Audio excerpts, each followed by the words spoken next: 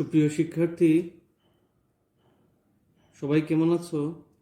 আমি ইতিমধ্যেই ল্যাবরেটরি রসায়নের একটি ক্লাস নিয়েছি। ল্যাবরেটরি রসায়ন হচ্ছে রসায়ন প্রথম পত্রের প্রথম অধ্যায়। আমরা আজকে 2 নম্বর ক্লাসটা করব। মূলত বিষয়টা ঘনমাত্রার পরিবর্তন, ঘনমাত্রা এবং কয়েকটা ঘনমাত্রা এই সম্পর্কিত আলোচনা। তো আমরা ক্লাসে চলে যাই। দুইটা টপিক খুবই গুরুত্বপূর্ণ, প্রায় পরীক্ষায় আসে। এই দুইটা টপিক এর মধ্যে আমরা পড়ে নিতে চাচ্ছি শুরুতেই। একটা হচ্ছে প্রাইমারি স্ট্যান্ডার্ড পদার্থ, একটা হচ্ছে সেকেন্ডারি স্ট্যান্ডার্ড পদার্থ। প্রাইমারি স্ট্যান্ডার্ড পদার্থ কি? পদার্থ মানে আমরা জানি যে পদার্থ মানে মূলত এখানে কেমিক্যাল পদার্থ নিয়ে আমরা আলোচনা করছি, রাসায়নিক পদার্থ নিয়ে। মূলত যে পদার্থগুলো আমরা ল্যাবরেটরিতে ব্যবহার করব। প্রাইমারি স্ট্যান্ডার্ড পদার্থ হচ্ছে যেসব পদার্থকে প্রকৃতিতে বিশুদ্ধ অবস্থায় পাওয়া যায়, অর্থাৎ তার রাসায়নিক গঠনটা প্রকৃতপক্ষে এইরকমই থাকে, আমরা যেরকম এক্সপেক্ট করি ওই পদার্থটা, এর সাথে অন্য কোনো পদার্থ মিশ্রিত থাকে না। এই পদার্থে যদি আমরা দ্রবণ তৈরি করি, দীর্ঘদিন রেখে দিলেও ঘনমাত্রার কোনো পরিবর্তন হয় না। তাদেরকে প্রাইমারি স্ট্যান্ডার্ড পদার্থ বলে। কিছু প্রাইমারি স্ট্যান্ডার্ড পদার্থের উদাহরণ এখানে আমি লিখে দিচ্ছি, বইও আছে, তোমরা পেয়ে যাবা। Sodium carbonate, potassium dichromate, oxalic acid. এই অক্সালিক অ্যাসিডটা হচ্ছে আসলে H2C2O7, তো এটা হচ্ছে এরকম COOH, এটা হচ্ছে অক্সালিক অ্যাসিড। ঠিক আছে, এটা একটা জৈব অ্যাসিড। এর সাথে 2 অণু পানি মিশ্রিত থাকে, ঠিক আছে, কেলাসিত অবস্থা থাকে। আর এই সোডিয়াম অক্সালেট, এটা হচ্ছে আমরা জানি যে ধাতু অ্যাসিডের এইচকে প্রতিস্থাপন করে। তাহলে এই এইচকে যদি প্রতিস্থাপন করে, দুইটা এইচকে দুইটা সোডিয়াম প্রতিস্থাপন করলে কি দাঁড়ায়? এরকম না? এটা হচ্ছে সোডিয়াম অক্সালেট, 2 অণু পানি। এই 4টা পদার্থ খুব ভালো করে মনে রাখতে হবে। মূলত এই 4টা পদার্থই প্রাইমারি স্ট্যান্ডার্ড পদার্থ। এর বাইরে অনেকগুলো আছে, কিন্তু এগুলো আমাদের এই পরীক্ষাগুলোর জন্য কাজে লাগবে না। ফলে এই 4টা যদি আমরা জেনে রাখতে পারি, তাহলে বাকি যা আছে, ধরো পরীক্ষায় আসলো নৈবেতিকে যে নিচের কোনটি প্রাইমারি স্ট্যান্ডার্ড পদার্থ নয়, তাহলে নিশ্চয়ই এরকম 3টে একটা অপশন দিবে এবং আরেকটা অপশন দিবে যেটা সেকেন্ডারি স্ট্যান্ডার্ড পদার্থ। তুমি যদি এই 4টা মুখস্থ মানে মনে থাকে ভালো করে, তাহলে তো চতুর্থ অপশনটি তোমরা সহজেই বাদ দিতে পারো। আর সেকেন্ডারি স্ট্যান্ডার্ড পদার্থটা হচ্ছে ঠিক তার উল্টা, প্রকৃতিতে বিশুদ্ধ অবস্থায় পাওয়া যায় না, ভেজাল থাকে, এবং ওইসব পদার্থ দ্রবণ তৈরি করে কয়েকদিনের ভিতরেই এটার ঘনমাত্রার পরিবর্তন হয়ে যায়। এই ধরনের পদার্থকে সেকেন্ডারি স্ট্যান্ডার্ড পদার্থ বলছে। আমি কয়েকটা নাম লিখছি, HCl, NaOH, এগুলো আমাদের পরিচিত কেমিক্যাল। এগুলো হচ্ছে সেকেন্ডারি স্ট্যান্ডার্ড পদার্থ, অর্থাৎ এগুলো দ্রবণ তৈরি করলে কয়েকদিনের ভিতরেই তার ঘনমাত্রার পরিবর্তন হয়ে যায়। তো এইসব পদার্থ অনেক বেশি, আসলে বেশিরভাগ পদার্থ আসলে সেকেন্ডারি স্ট্যান্ডার্ড পদার্থ। আসলে সেকেন্ডারি স্ট্যান্ডার্ড পদার্থ তুমি আসলে মনে রাখা কতগুলো মুখস্থ করবে, তার চেয়ে বরং প্রাইমারি স্ট্যান্ডার্ড পদার্থ এই 4টা মুখস্থ করে নিই। আচ্ছা, প্রথমে কয়েকটা ঘনমাত্রার পরিমাণ পদ্ধতি নিয়ে একটু আলোচনা করি। আমরা গতদিন মোলারিটি এবং মোলালিটি এই 2টা পদ্ধতি নিয়ে আমরা কথা বলেছি। আজকে আমরা কথা বলবো নরমালিটি নিয়ে। মোলালিটির মতোই ঘনমাত্রা পরিমাণ পদ্ধতি নরমালিটি। তো নরমালিটি কি? নরমালিটি বলছে যে 1 লিটার দ্রবণে 1 গ্রাম তুল্য ভর দ্রবীভূত থাকলে তাকে নর্মাল দ্রবণ বলে। তাহলে এখানে সবচেয়ে ইম্পর্টেন্ট বিষয় হচ্ছে এখানে গ্রাম তুল্য ভর কি। আমরা তো দ্রাবক 1000 ml নিয়ে নিব, নেওয়ার পরে 1 গ্রাম তুল্য ভর নিতে হবে কার, দ্রবের। ঠিক আছে, আমাদের গ্রাম তুল্য ভরটা আমাদের জানতে হবে। তুল্য ভর কি জিনিস বলছে, আণবিক ভর বাই ভ্যালেন্সি ফ্যাক্টর, আণবিক ভর বাই ভ্যালেন্সি ফ্যাক্টর। ঠিক আছে, মোলার দ্রবণে কি ছিল, মোলার দ্রবণে ছিল 1000 ml এ যদি 1 মোল দ্রবীভূত থাকে, আর 1 মোল মানে কি আণবিক ভর। তাহলে মোলারিটি এবং নর্মালিটির মধ্যে পার্থক্য কি, মোলারিটিতে আমরা আণবিক ভর দিয়ে দিব দ্রবের, যেমন সোডিয়াম কার্বনেট এর আণবিক ভর হচ্ছে 106 গ্রাম। ঠিক আছে, 106 গ্রাম। আর সালফিউরিক অ্যাসিড H2SO4 এর হচ্ছে 98 গ্রাম। তাহলে আমরা যদি মোলার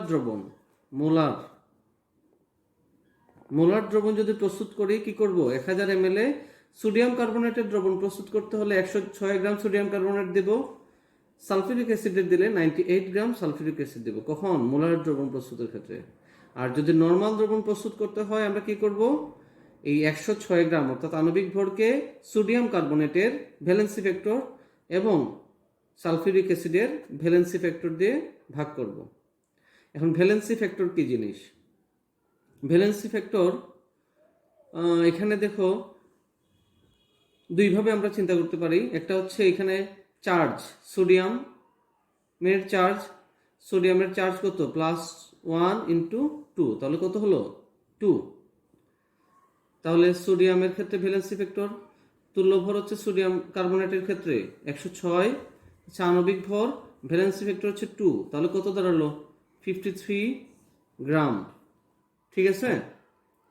আর যদি আমরা সালফিউরিক অ্যাসিডের কথা চিন্তা করি, সালফিউরিক অ্যাসিড হচ্ছে আণবিক ভর হচ্ছে 98 গ্রাম।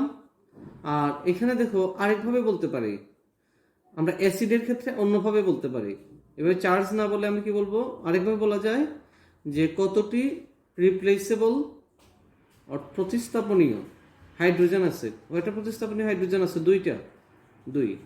প্রায় একই রকম কথা, কিন্তু অন্য কিছু ক্ষেত্রে কাজে লাগতে পারে, এই কারণে বললাম 98, তাহলে কত হয় 49 গ্রাম। তাহলে সালফিউরিক অ্যাসিডের ক্ষেত্রে তুল্যভর কত 49 গ্রাম। তাহলে 1000 ml আমরা 49 গ্রাম সালফিউরিক অ্যাসিড দিব এবং 1000 ml আমরা 53 গ্রাম সোডিয়াম কার্বনেট দিব তুল্যভর হিসাবে নর্মাল দ্রবণ প্রস্তুতের জন্য। আশা করি তোমরা বুঝতে পেরেছো, তাই না?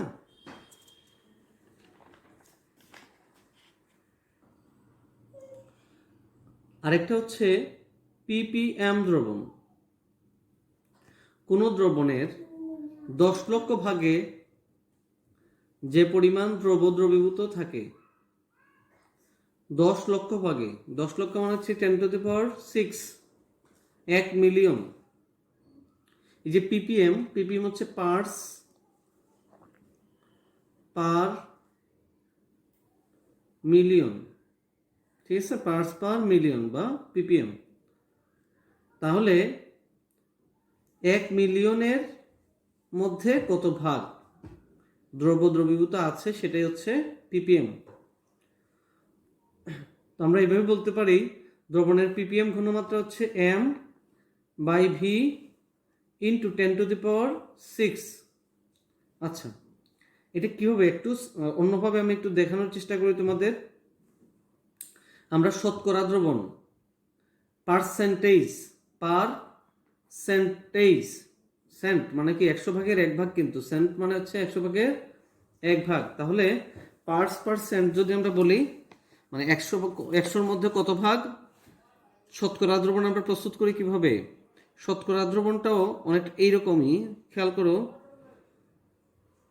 শতকরা দ্রবণটা একটু এখানে আলোচনা আমি করার চেষ্টা করছি, আগে এটা করে নিতে হলে ওইটা তোমাদের সুবিধা হবে। কোনো দ্রবণের প্রতি 100 ভাগের মধ্যে যত ভাগ দ্রবীভূত থাকে তাকে বলে আমরা শতকরা দ্রবণ। শতকরা দ্রবণ দুই ভাবে হতে পারে, একটা হচ্ছে W/V আর একটা হচ্ছে W/W। আচ্ছা, এই W/V কি বোঝাচ্ছে? V দিয়ে হচ্ছে দ্রাবক কত ml, আর এটা হচ্ছে দ্রব কত গ্রাম। দ্রাবক যদি আমরা গ্রামে হিসাব করে নেই তাহলে হচ্ছে W/W। আমরা বেশিরভাগ ক্ষেত্রে যেহেতু W/V দিয়ে আমরা আলোচনা করব, এটা একটু বুঝি। 2%, হ্যাঁ বললাম আমি 2% সোডিয়াম কার্বনেট, এটা দিয়ে আমরা কি বুঝি? 2% সোডিয়াম কার্বনেট দিয়ে আমরা কি বুঝি? আমরা বুঝি 100 ml দ্রাবকে 2 গ্রাম সোডিয়াম কার্বনেট দ্রবীভূত আছে। আশা করি তোমরা বুঝতে পেরেছো। হ্যাঁ, তাহলে 2% মানে এখন আমরা কি বলবো? আমরা অন্যভাবে যদি বলি, ধরো বললাম আমি 50 ml দ্রাবকে 2 গ্রাম আছে, 2 গ্রাম সোডিয়াম কার্বনেট আছে। এটা শতকরা পরিমাণ কত? 50 ml এ আছে 2 গ্রাম, তাহলে আমরা কিভাবে হিসাব করব? 50 ml এ আছে 2 গ্রাম, 1 ml এ কত আছে? 2/50, তাই না? তাহলে 100তে কত আছে? 100তে আছে, আমরা 2/50 কে 100 দিয়ে গুণ করব, তাই না? এখানে তো এই 2টা হচ্ছে W, অর্থাৎ কি পরিমাণ? দ্রব। আর 50টা হচ্ছে আমাদের দ্রাবক, আর ইন্টু 100, অর্থাৎ শতকরার ক্ষেত্রে আমরা এই W/V কে কি দিয়ে আমরা গুণ করি? 100 দিয়ে। আর ppm এর ক্ষেত্রে আমরা কি করব? W/W, এখানে m এর পরিবর্তে W ইউজ করতে পারো, ঠিক আছে? একই কথা, দ্রবের পরিমাণ বাই আয়তন, দ্রাবকের আয়তন, ইন্টু 10⁶, কারণ এটা পার্টস পার মিলিয়ন, ঠিক আছে? এই ppm কে আরেকভাবে প্রকাশ করা যায়, প্রতি লিটার দ্রবণে কোনো দ্রবের কত মিলিগ্রাম দ্রবীভূত আছে, ঠিক আছে? Milligram per litre. আমরা W/V/W না, তো আমরা যদি এরকম করে 1 লিটারে আছে যদি চিন্তা করি 1 কেজি, হ্যাঁ, তাহলে 1 কেজিকে আমরা করতে হবে 1000 গ্রাম, তাই না? Per litre. তাহলে 1000 গ্রামকে আমরা কি করতে পারি? 1000 গ্রাম ইন্টু 1000 মিলিগ্রাম, তাই না? By 1 litre. তাহলে কি দাঁড়াইলো? 1 মিলিগ্রাম বাই 1 লিটার ইন্টু যে 10⁻³ আর এখানে আর 3 শূন্য আছে, তাহলে 10⁻³ কি হয়? 6, তাহলে মিলিগ্রাম পার লিটার, তাই না? তাহলে এটাকে আমরা মিলিগ্রাম পার লিটার এককেও প্রকাশ করতে পারি, ppm কে। আচ্ছা, এখন আজকের চ্যাপ্টারের সবচেয়ে গুরুত্বপূর্ণ যে অংশটা আমি সব সময় আমার ছাত্রছাত্রীদের উদ্দেশ্যে বলি, যে এখানে এই বইয়ে আমি তো এখন পড়াচ্ছি রসায়ন প্রথম পত্রের প্রথম অধ্যায়, কিংবা রসায়ন দ্বিতীয় পত্রের তৃতীয় অধ্যায়, পরিমাণগত যে রসায়ন অধ্যায়টা আছে, এখানেও এইটা নিয়ে ব্যাপক আলোচনা আছে। তো সবসময় স্টুডেন্টরা এই ppm, মোলারিটি, এগুলোর কনভার্সন নিয়ে, এখানে আমি কিছু হোমওয়ার্ক দিছি, হ্যাঁ, এই হোমওয়ার্কগুলো বা এই টাইপের অঙ্ক করতে গিয়ে প্রচণ্ড সমস্যার সম্মুখীন হয়। তো আমি যেটা মনে করি, এই সংক্ষিপ্ত জিনিসটা যদি তোমাদের জানা থাকে, এই পরিবর্তনটা খুবই সহজ হয়ে যাবে। সবাই একটু মনোযোগ দিয়ে দেখার চেষ্টা করো। আমরা জানি মোলারিটির এই মোলার ঘনমাত্রা S = কি? 1000 W/mv, এটা তো আমরা জানি। তো আমরা এটা এই জিনিসটাকে এইভাবে লিখতে পারি, 1000/m × W/v, এভাবে তো লিখতে পারি, তাই না? আচ্ছা, mটা যদি এই পাশে আসে, Sm = কি হবে? 1000 × W/v। 1000 যদি নিচে আসে তাহলে Sm/1000 = W/v। ঠিক এই জিনিসটাকে যদি আমি এখানে 100 দিয়ে এই পাশে গুণ করি, তাহলে কি হয়ে যায়? দেখো, শতকরা পরিমাণ হয়ে যায়। তাহলে এই পাশে 100 দিয়ে গুণ করলে কি করতে হবে? এই পাশেও আমার 100 দিয়ে গুণ করতে হবে। এই যে দেখো শতকরা পরিমাণ কি ছিল, W/V ইন্টু 100। তাহলে W/V ইন্টু 100 সমান কি আমার শতকরা পরিমাণ, ইকুয়াল টু কি দাঁড়াইলো দেখো, তাহলে 0 যদি কাটা যায় তাহলে SM/10। তাহলে শতকরা পরিমাণ ইকুয়াল টু কি দাঁড়ালো, SM/10। আচ্ছা, একটু আগে আমি যে পিপিএম নিয়ে আলোচনা করছিলাম, সেই ক্ষেত্রে আমরা পিপিএম সমান কি পাইছিলাম, পিপিএম সমান W/V ইন্টু 10⁶ পাইছিলাম। তাহলে আমার পিপিএম পরিমাণের জন্য আমার কি লাগবে, W/V, এই যে W/V ইন্টু 10⁶। ঠিক আছে, তাহলে ঠিক এই জায়গা থেকে আমি একটু অন্যভাবে নিয়ে নেই, দেখো, বা SM/1000 ইন্টু 10⁶, 1 2 3 4 5 6, ঠিক না? আবার ধরো W/V ইন্টু 10⁶, তাহলে এটা সমান কি আমার PPM, ঠিক না? 1 2 3 1 2 3, তাহলে PPM সমান কি SM ইন্টু 1000, SM ইন্টু 1000 সমান কি আমার PPM। তাহলে যদি কোনো দ্রবণের আমরা মোলার ঘনমাত্রা জানি তাহলে পিপিএম এ রূপান্তর করতে পারবো। পিপিএম এর পরিমাণ জানলে আমরা কি করতে পারবো, মোলার ঘনমাত্রায় রূপান্তর করতে পারবো। পিপিবি আর একটা একক আছে, সেটা হচ্ছে পার্টস পার বিলিয়ন, ঠিক আছে? সেটার ক্ষেত্রে W/V ইন্টু 10⁹, তাহলে এখানে 6 এর জায়গায় কি করতে হবে, 10⁹ দিয়ে গুণ করতে হবে, তাহলে পিপিবি এককও তোমাদের জানা হয়ে যাবে। এখানে তার আগে আমরা একটা অঙ্ক, মানে সিম্পল অঙ্ক দেখাই। ধরো বললাম 2% HCl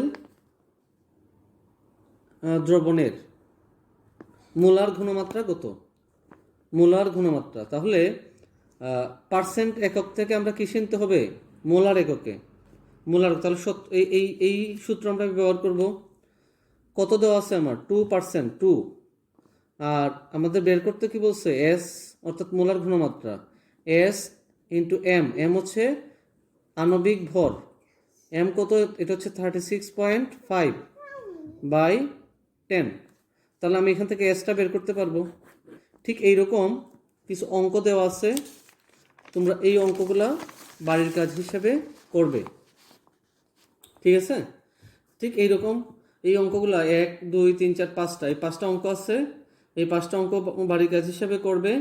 যদি কোনো সমস্যা থাকে আমাদের তো ইতিমধ্যেই মেসেঞ্জারের গ্রুপ আছে, মেসেঞ্জার গ্রুপে আমাকে নক করবে, তোমাদের সমস্যাগুলো বলবে, আমি সমাধান করে দেওয়ার চেষ্টা করব।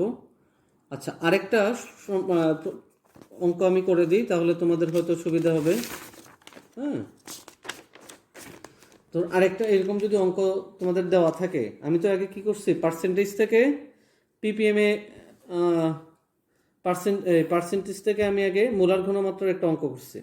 তো এরকম যদি দেওয়া থাকে 100 ml 0.1 মোলার NaOH দ্রবণের ঘনমাত্রা কত ppm, এটা তো দেওয়া থাকতে পারে। তো আমার কি দেওয়া আছে, S দেওয়া আছে, তাই না? আর বের করতে হবে ppm। তাহলে SM ইন্টু 10⁻³ ইকুয়াল টু হচ্ছে আমার ppm, এই মানটা, তাই না? তাহলে S কত আমার 0.1, M কত, কার, সোডিয়াম হাইড্রোক্সাইড, তার মানে 40 গ্রাম। হ্যাঁ, তাহলে M হচ্ছে 40 ইন্টু 10⁻³ ইকুয়াল টু ppm। এটা হিসাব করে তুমি ppm মান বের করতে পারো। আশা করি তোমাদের এই অঙ্কতে তোমাদের কোনো সমস্যা থাকার কথা না। তো সামনে নেক্সট দিন এই অঙ্কগুলো বাসায় করার চেষ্টা করবে। সবাই ভালো থাকবে, আশা করি সবাই ভালো থাকবে, সুস্থ থাকবে, আর আমার সাথে যোগাযোগ রাখবে। ভালো থাকো সবাই।